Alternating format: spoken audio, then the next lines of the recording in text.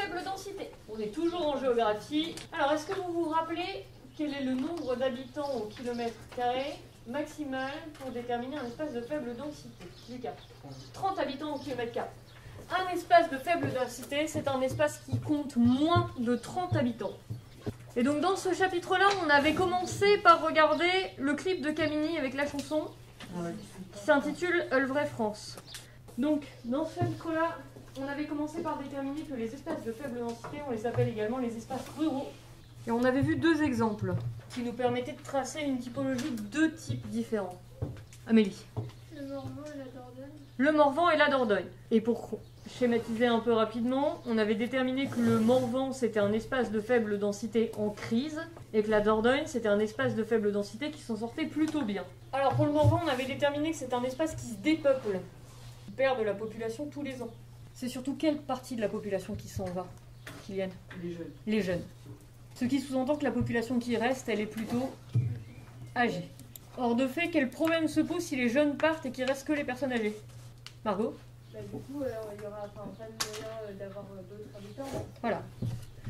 Parce que les personnes âgées, en général, elles en ont plus derrière que devant. Elles vont finir par mourir. Et que pour l'instant, cette population-là n'est pas remplacée. Parce que les jeunes, en âge de faire des enfants, ils s'en vont ailleurs. Alors, qu'est-ce qui explique que les jeunes partent? Lucas? Ils partent pour faire leurs études. Ils partent pour faire leurs études. Amélie? Il y a un manque de communication au niveau du téléphone. Ouais. Il y a un faible accès à Internet.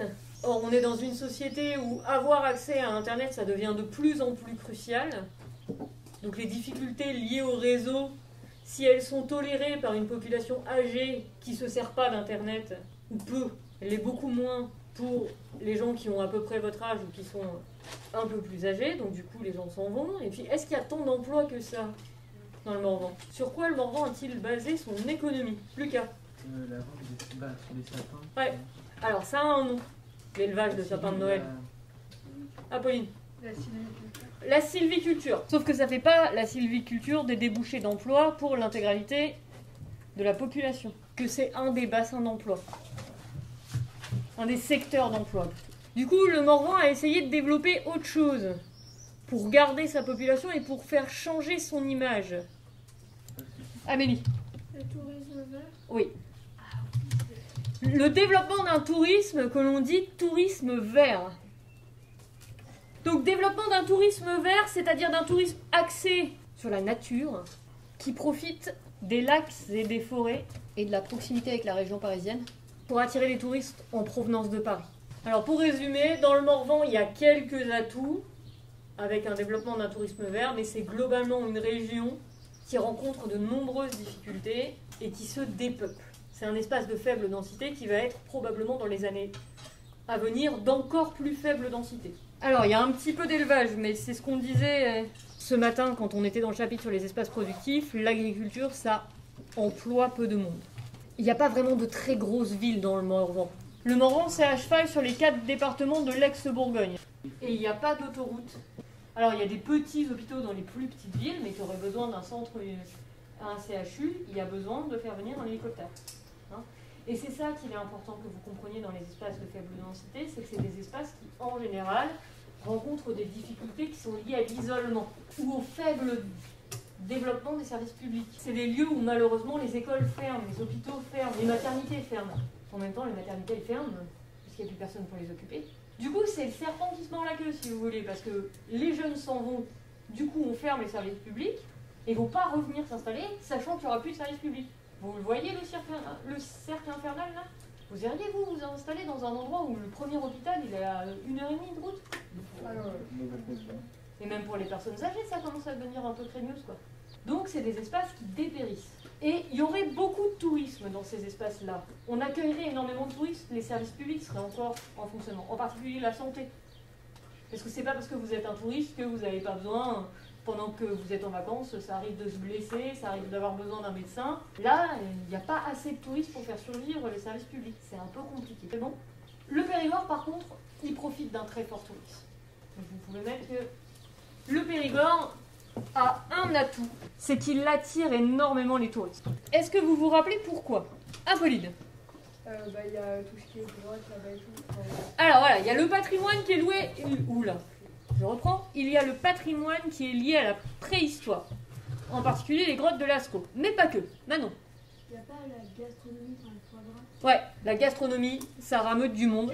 Donc oui, les dérivés de foie gras, les vins de Montbazillac, le fait que dans le Périgord, ils sont réputés pour faire de la bonne nourriture pour les gens qui aiment bien manger. Alors c'est un tourisme qui en général n'est pas un tourisme de votre âge, le tourisme gastronomique.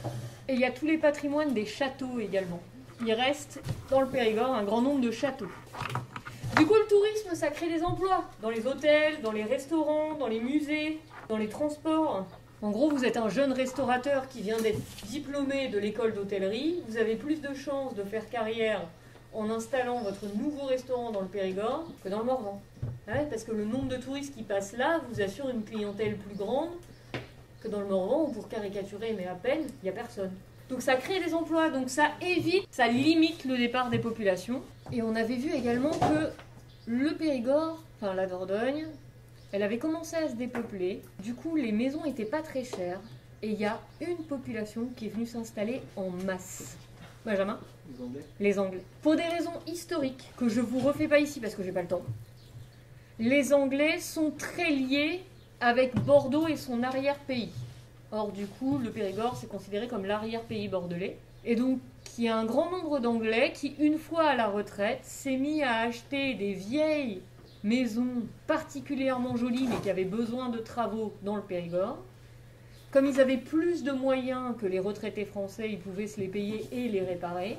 Et ils en ont fait des chambres d'hôtes pour accueillir d'autres Anglais. D'ailleurs, c'était assez surprenant parce qu'au début des années 2000, ça faisait pas mal la une, certains villages qui étaient peuplés à 90% par des Anglais. Donc la langue principale qui était parlée dans ces villages-là, c'était l'anglais. Tous les espaces de faible densité n'ont pas le même profil. Ce n'est pas parce qu'un espace est peu peuplé qu'il n'est pas dynamique. En témoigne le Périgord. De plus, et ça rebouclera avec ce que je vous expliquais ce matin quand on a parlé des aires urbaines, certains espaces de faible densité regagnent des habitants. Car certains urbains quittent la ville et vont s'installer à la campagne. Alors le mot de vocabulaire pour dire que les villes se développent, c'est urbanisation. Ça vous dit quelque chose? Oui. Le mot de vocabulaire pour dire que les campagnes se développent, c'est rurbanisation. Rur comme rural. Urbanisation pour les villes, rurbanisation pour les campagnes. En même temps, votre maison, vous n'allez pas la payer le même prix dans le Morvan et dans le centre, ou même de Dijon, hein, pas besoin de monter jusqu'à Paris. Ok? Normalement, j'ai fait le tour. Hein?